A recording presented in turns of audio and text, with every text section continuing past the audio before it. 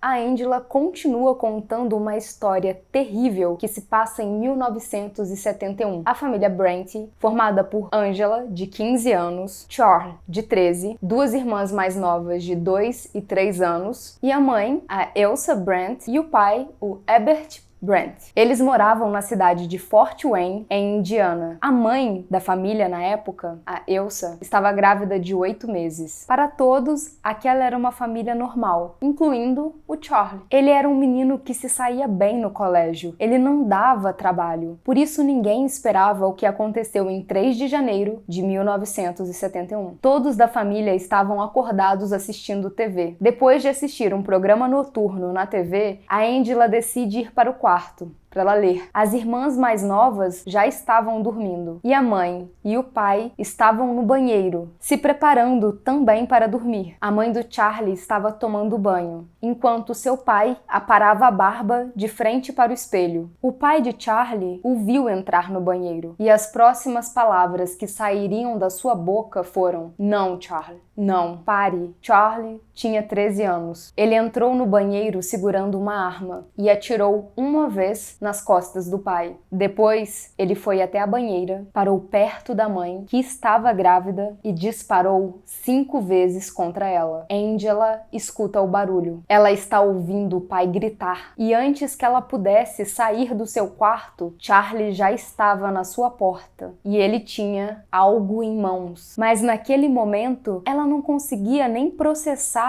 o que exatamente ele estava segurando. Tudo parecia muito irreal. E quando ela conta tudo isso para a polícia, quase 33 anos depois, ela explica que essa parte é realmente confusa. Ela se lembra de Charlie apontar uma arma diretamente para ela e de ouvir um clique de gatilho. A arma não disparou e ela nem sabe como isso aconteceu. E a próxima coisa que ela se lembra é de estar numa briga física com Charlie e de chutar a arma para longe. Eles estavam numa luta real e ela presume que tomou uns bons golpes, porque mais tarde ela teria hematomas por todo o corpo e estaria sangrando. E enquanto eles lutavam, ela se lembra de ficar falando: "Charlie, eu te amo. O que você está fazendo? Eu amo você." Então, de repente, a Angela disse que estava encarando dentro dos olhos do Charlie. E os olhos dele tinham uma aparência de congelado, como se ele estivesse numa espécie de transe. Então, do nada parece que o transe passou, que ele acordou. O Charlie pergunta para a irmã o que está acontecendo e ela diz: "Você sabe?" Ele diz que não sabe. Então ela explica que ela acha que ele atirou nos pais deles, mas que ela precisava conferir. Então era melhor que ele saísse de cima dela. A essa altura, as duas crianças mais novas estavam chorando. Ele ficava perguntando para ela o que eles iriam fazer. E ela dizia que não sabia, mas que era melhor ficar calmo. Ela não podia arriscar que o irmão ficasse agitado novamente. E ela entendeu que era melhor que o Charlie pensasse que ela estava do lado dele, porque essa seria a forma dela sair viva disso. Ela então diz pro Charlie ir para o andar de cima e pegar cobertores para as irmãs mais novas, que estavam em prantos. A Angela tinha entendido que ela não podia confiar no Charlie, mas ele ainda não sabia disso. Não completamente, porque ele sobe as escadas, mas ele sobe quase que de costas, mantendo os olhos nela. E ele diz: "Angela, você não vai me deixar, né? Você promete que não vai me deixar." Ela diz que não vai deixá-lo, mas ela sabe que assim que ele estiver longe o suficiente, ela irá correr. E é exatamente isso que ela faz. Quando ele chega no topo da escada, ainda com os olhos fixados nela, ela corre pela porta da frente, de camisola, descalça e ensanguentada. Ela sai gritando por ajuda e bate na porta de um dos vizinhos, mas antes que ela possa ouvir qualquer resposta, ela vê que o irmão está se aproximando. A Angela corre. Ela pode ouvir ele gritando: "Angela, você prometeu que não me deixaria." E essas palavras ecoariam na mente dela até a vida adulta. A Angela corre para outro vizinho, mas antes que ela chegue até a porta,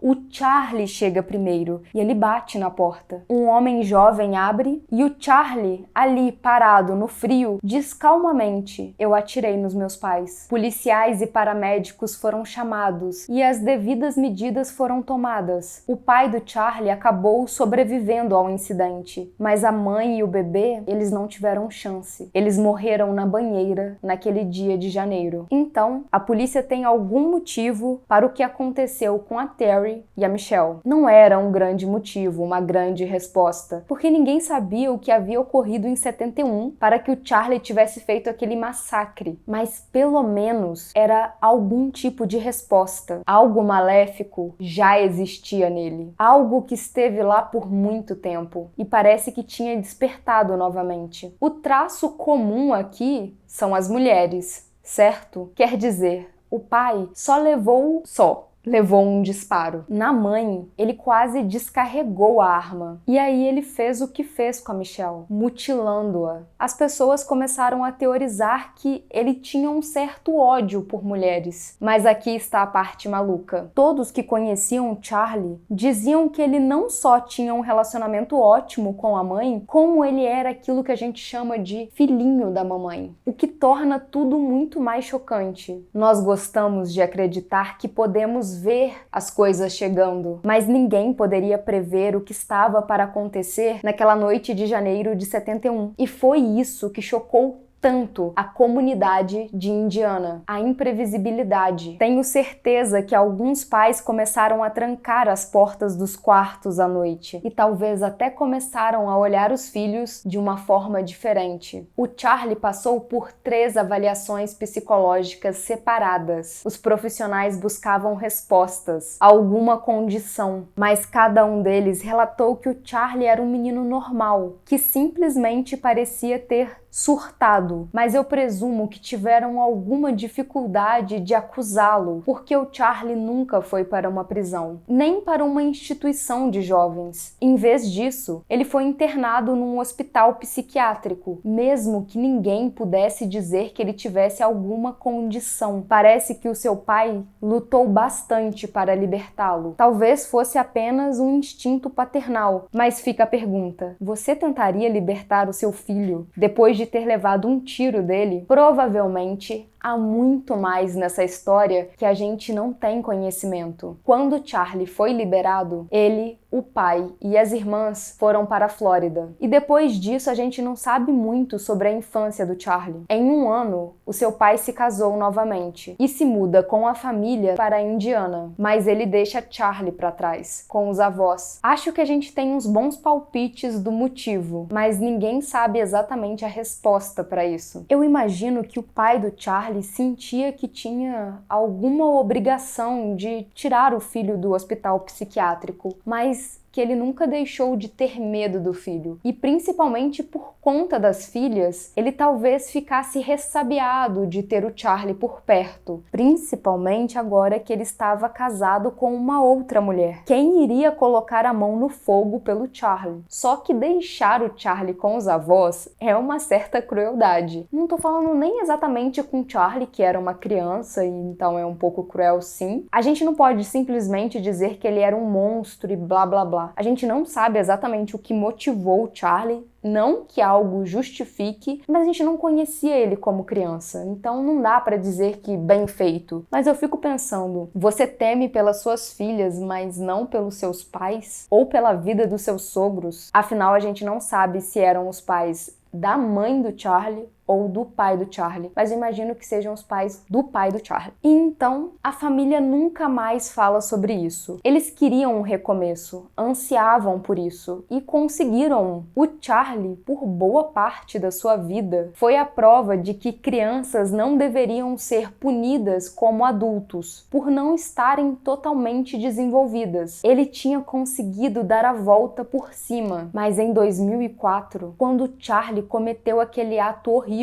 com a sua sobrinha e esposa, todos começaram a questionar se o oposto era verdade, como se ele claramente nunca tivesse mudado. Ele ainda era tão mau quanto era quando criança. Enquanto o público tentava se decidir se pessoas podem mudar ou não, a polícia tinha uma pergunta diferente. Eles não achavam que o Charlie estava reprimindo o monstro dentro dele por 33 anos. Esse crime de 2014 era perfeito demais. A Michelle foi morta e mutilada de uma forma tão precisa que levantou algumas questões, mas a principal delas foi quantas vítimas o Charlie havia feito nesses 33 anos que ele fingia ser normal. Quanto mais eles olhavam a vida do Charlie, da adolescência até os 40 anos, mais eles ouviam histórias perturbadoras, como se ninguém tivesse todos os fatos, mas que cada um tinha um pedaço do quebra-cabeça. Sua irmã disse que por mais que a família e ela perdoassem o Charlie, algo instintivo nela fazia com que ela tivesse medo dele. Ela nunca iria visitá-lo, e se ele fosse visitá-la, ela dormia de porta trancada, e ela reforçava a segurança da porta com uma barricada, e ela não queria o Charlie perto dos seus filhos. Os colegas de trabalho do Charlie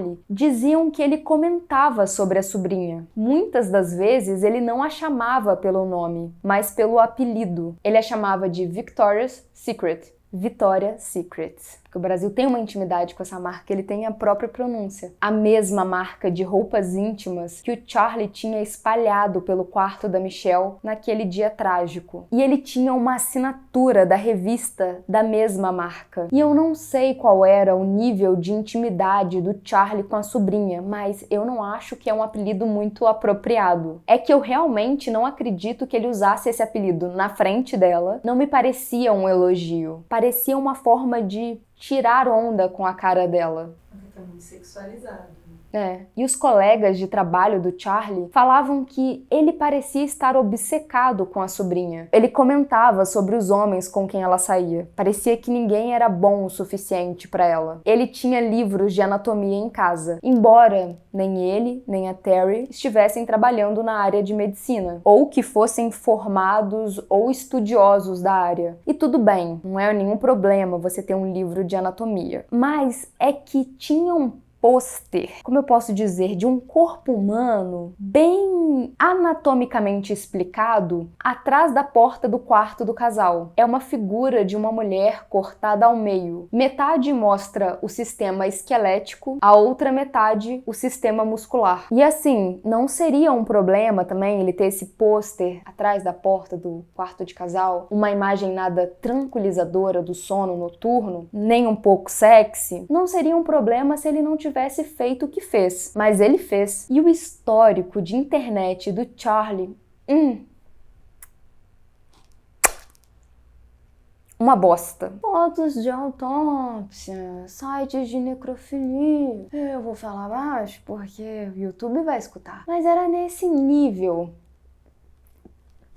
Nesse nível que o Charlie navegava pela internet. O seu melhor amigo, o Jim, que foi casado com a Angela, e foi dessa forma que ele e o Charlie se conheceram, foi uma das poucas pessoas que sabiam do passado do Charlie. A Angela achou que, bom, esse era um pedaço da vida dela que era importante que ele soubesse antes, de se casarem. Algum tempo depois que eles se casaram, o Jim e a Angela terminam o relacionamento. E o Jim se refugia na casa do seu melhor amigo, o Charlie. Eles gostavam de beber, fumar, pescar. E então, um dia eles estão ali no barco de pesca e o Jim tá falando ali como que ele quer se vingar da Angela. Brrr. Coisa de macho escroto. E aí o Charlie diz pra ele: bem, você sabe qual seria a vingança perfeita, Jim? Lembrando que ele está falando da irmã dele. Você mata alguém, arranca seu coração e come. É um pouco pesado, né? É meio que assim, você mata minha irmã, você arranca o coração dela e come, tá? Perfeita essa vingança. Gente, não! O senso de humor não tá correto. O Jim sabia do passado do Charlie? Sabia. Bandeiras vermelhas para todos os lados. Mas como Charlie não tinha feito nada esquisito durante anos, ele achou que ele só tava falando por falar. Certo dia, a Terry puxa o Jim num canto e diz que ela chegou mais cedo do trabalho e ela encontrou o Charlie na sua sala de evisceração de peixes, coisa que eu nem sabia que existia, e o Charlie estava coberto de sangue, e havia sangue também por toda a pia. E o Jim tenta acalmá-la dizendo que, bom, né, minha filha, vísceras, né, óbvio que vai ter sangue. E a Terry diz, não, eu sei que vai ter sangue, mas é que não tinha peixes. O Jim tenta arranjar uma desculpa para o que o amigo estava fazendo, afinal, ele não suspeitava de nada do amigo. Mas a Terry o interrompe. Uma garota havia sido assassinada não muito distante dali. Encontraram o seu corpo mutilado em um barco a remo. A Terry quer confrontar o Charlie, mas o Jim avisa que se ela o confrontar, o casamento está acabado. E, gente, é um absurdo, né, numa situação normal, você chegar para uma pessoa e falar, olha, eu te encontrei coberto de sangue e uma menina foi morta. Foi você? Bom, numa situação normal, realmente pode ter uma briga aí, né? Uma separação total de bens, um processo, calúnia, difamação, essas coisas. Certo? Mas não era uma situação normal. Nós sabemos que o Jim sabia do passado do Charlie, porque a Angela contou pra ele. Quando o Charlie diz pro Jim que ele quer propor a Terry em casamento, o Jim diz a ele que seria maneiro, assim, quem sabe, ele contar sobre o passado dele pra ela. E que se o Charlie não contasse, ele contaria. Primeira atitude boa que esse cara teve aqui no todo esse histórico desse vídeo, é a primeira coisa maneira que ele faz. E então Charlie diz, ok, eu vou contar. Mas aí, puff, um casamento surpresa, ninguém da família é convidado, o Jim nunca mais tocou no assunto e a gente não sabe se a Terry sabia. Ele disse que dava para entender que a Terry sabia. Até porque em uma conversa sobre ter filhos, ela diz, bem, considerando tudo, eu acho que não teremos ou que não seria uma boa ideia ter. Mas considerando o quê? Situação financeira? Histórico de doença? Política? Assassinato? Porque a família da Terry jura que ela não sabia de nada. E é possível que ela não tivesse contado para a família. Mas é possível também que ela suspeitasse, mas não soubesse do que o Charlie tinha feito. Ou que ela não tivesse a mínima ideia. Alguns investigadores apontam para o diário da Terry, que não era bem um diário, não era para falar sobre o dia e etc. Era mais uma espécie de planner, onde ela colocava as coisas mais significativas. E ela devia estar tão preocupada com aquele incidente do sangue que ela queria ligar para o xerife para dizer o que havia acontecido. E ela também fez algumas anotações na agenda, como as noites que o Charlie não passava em casa. Uma dessas anotações foi: Charlie chegou em casa às 3 da manhã. Porém, ninguém mais, nem da família dela, nem da família do Charlie, nem os amigos, sustentaram a teoria do Jim de que a Terry sabia do passado do Charlie. Mas seja lá o que a Terry sabia ou suspeitava, aquele incidente onde ela viu o Charlie sujo de sangue mudou alguma coisa na cabeça dela. E eu me pergunto se ela começou a montar o quebra-cabeça. E talvez, quem sabe, o Charlie também tenha visto essas anotações e tenha percebido que as coisas estavam se estreitando para ele. E aí, ele acabou fazendo o que ele tinha vontade enquanto ele tinha tempo. Depois que o Charlie fez o que fez, a polícia abriu uma investigação em grande escala. Eles tinham certeza que o monstro dentro do Charlie não estava dormindo por 33 anos. Foi relatado por alguns meios de comunicação que os policiais estavam investigando 26 casos com o mesmo modus operandi, onde a vítima tivesse sido ou decapitada ou tivesse os órgãos removidos. Que investigação sussa, hein? Esses investigadores se reuniram por mais de uma década para tentar vincular o Charlie a outras vítimas. Nenhuma lista oficial foi criada de suas vítimas, para além da sua esposa e sobrinha. Porém, uma vítima que acreditam ser do Charlie é Cherry Parrishaw. Ela foi decapitada e o seu coração foi removido. Ela era a garota que foi encontrada no barco a remo. Isso foi em 1989. E foi um modus operandi que ninguém tinha visto na área antes. Foi assunto, as pessoas falaram sobre esse caso. E tudo que a polícia tinha era um esboço de um homem que foi visto correndo ali perto da região. E na verdade, o esboço parece muito com Charlie. E a polícia podia dizer que, pelo estado do barco, ele foi usado como uma mesa de corte. Mas na época, ninguém tinha ideia de quem poderia ter feito aquilo. Isso foi cerca de 15 anos antes do que ele fez com a Michelle e com a Terry. E quase 2 décadas depois do que ele tinha feito com a mãe. A polícia também acreditava que o Charlie estava envolvido em outro assassinato, de 1995. Havia uma mulher chamada Darlene Toddler. Isso em Miami. Ela foi encontrada enrolada em um cobertor e lona, e quando desembrulharam o corpo, descobriram que a sua cabeça e o seu coração estavam faltando. E existe a especulação de que talvez quem a matou comeu o coração, mas isso nunca foi confirmado. E como Charlie não fez nada com os órgãos da Michelle, e ele teve tempo para fazer o que ele quisesse, é meio que contraditório que ele tivesse feito com outras vítimas e não com ela, em quem ele parece ter realizado todos os seus fetiches. Mas a polícia foi competente o bastante para conseguir ligar o Charlie a Darlene, porque eles encontraram pelos de cachorro que também haviam sido encontrados no carro do Charlie. Só que o Charlie e a Terry não tinham cachorro, eles tinham um gato. Só que nessa época, o Charlie ajudou uma amiga. Ela precisava levar o seu cachorro para um veterinário. E acreditam que os pelos do cachorro dela são os mesmos do carro do Charlie e da cena do crime. E aí, finalmente, um teste de DNA é feito e confirma essas suspeitas. Portanto, a única forma da vítima ter os pelos do cachorro da amiga do Charlie em seu corpo é se ela tivesse entrado no carro do Charlie, uma caminhonete que ele tinha usado para transportar o cachorro. Além disso, o Charlie mantinha registros meticulosos das suas viagens. E no dia que Darlene desapareceu, ele fez uma viagem extra de 160 quilômetros que não podia ser explicada. Cerca de 12 anos antes dos assassinatos, o Charlie escreveu para aquela amiga que ele deu carona para ela e para o cachorro uma carta de amor de 3 páginas. Ela disse pra ele: isso não pode acontecer. Eu te amo como um irmão e eu amo a Terry como uma irmã. E ela disse que depois disso, ela não queria mais ver o Charlie. Por muito tempo, ela teve sonhos onde o Charlie a perseguia e a matava. E eu acho que aqui a gente tem a maior prova que o subconsciente do ser humano, ele é totalmente animal, porque ela sentiu a vibe errada dele, mesmo que ela não soubesse conscientemente. Há um livro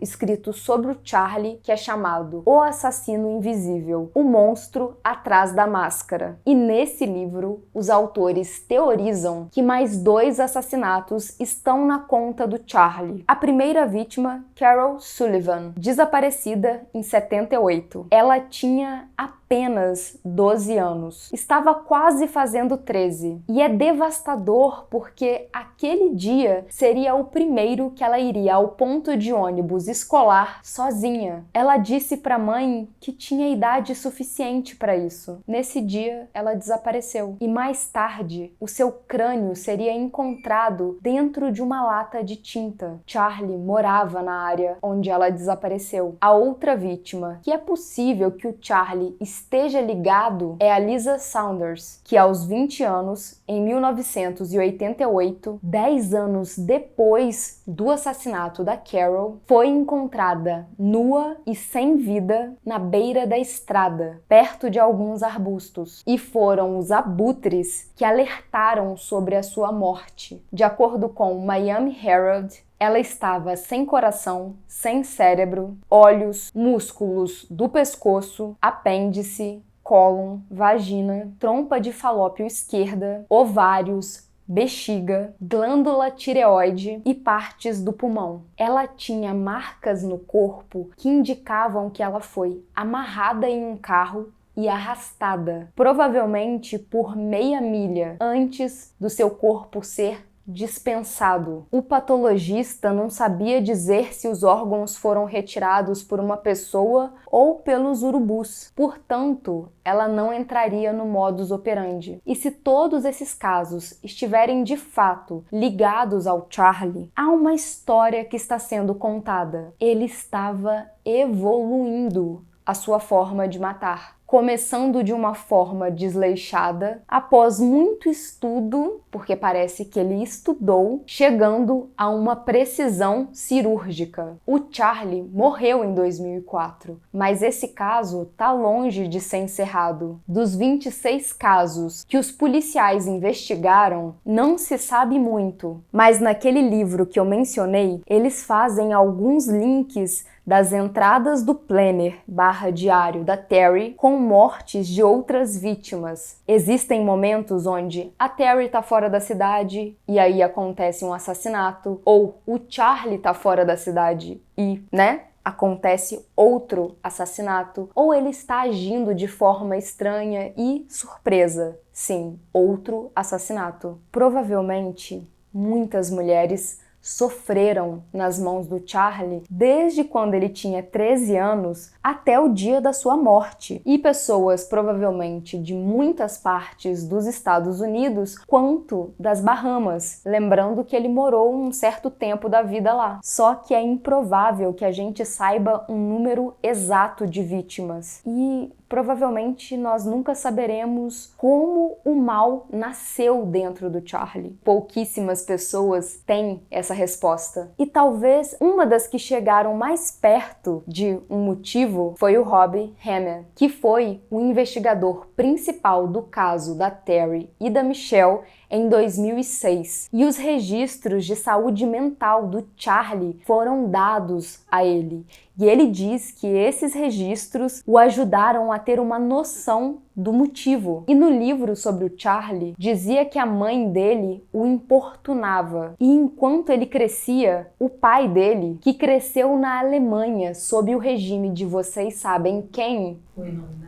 O Inominável, era excessivamente rígido. Quando Charlie foi entrevistado pelo tiroteio, quando ele tinha 13 anos, ele atribuiu o ato a uma combinação de coisas, principalmente relacionadas à escola, afirmando que, de repente, as coisas estalaram na cabeça dele e que ele se sentiu como nunca antes. Ele também fez alusão a um incidente que havia ocorrido dias antes ao tiroteio, perto do fim das férias anuais de Natal. Eles estavam na Flórida, o que já era um costume, passar Natal com toda a família, lembrando que os avós moravam na Flórida. E o pai do Charlie, seja lá da onde vem esse costume antigo de levar meninos homens para atirar e caçar, bom, ele estava fazendo isso com Charlie, levando-o para caçar. E eles estavam com um cachorrinho da família, que o Charlie tinha ganhado de Natal. O pai do Charlie vê algo numa moita.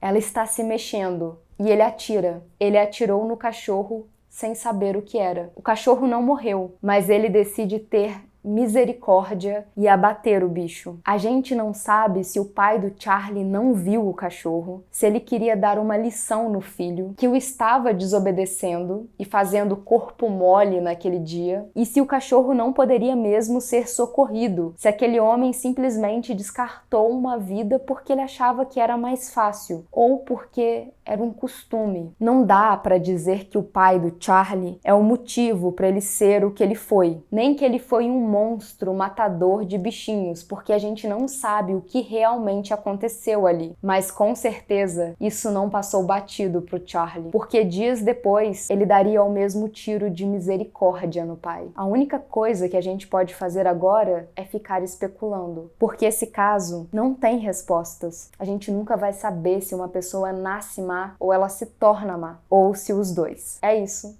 Tchau!